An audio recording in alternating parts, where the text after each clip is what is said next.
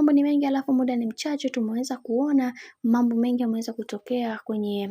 ndoa ya bwana mkubwa Jux, na leo hii tumeweza kuona vingi vimeweza kuongeleka, na leo hii Jux ameweza kuweka wazi kuhusiana na hiki ambacho kinachoendelea katika maisha yake yeye pamoja na mpenzi wake. Kitu ambacho alichoweza kukisema ni kwamba kiukweli na mengi ya kuweza kuzungumza juu ya hiki ambacho kinachoendelea, lakini ninashindwa. Kikubwa najuta kuweza kufunga ndoa mapema kwa sababu kuna mambo mengi ambayo yamekuwa yakitokea katika maisha yangu binafsi. Nashindwa kabisa kuweza kuelewa hili jambo kwa sababu kuna vitu vingi ambavyo vimekuwa vikitokea katika maisha, na natamani kuweza kuhakikisha kila kitu kinakwenda kuwa sawa, na mimi binafsi ninaamini Mungu atasimama upande wangu kwa sababu kuna vitu vingi ambavyo vinavyoendelea na wengi wao wanatamani kuweza kujua mengi zaidi, na leo hii ninaamini kwa uwezo wa Mwenyezi Mungu,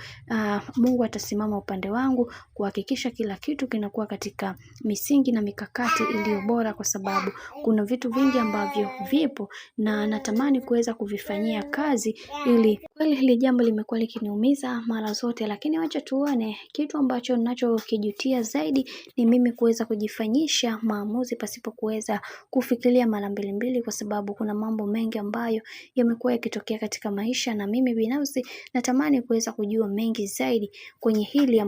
kwenye hiki ambacho kinachoendelea, kwa sababu kuna watu wengi ambao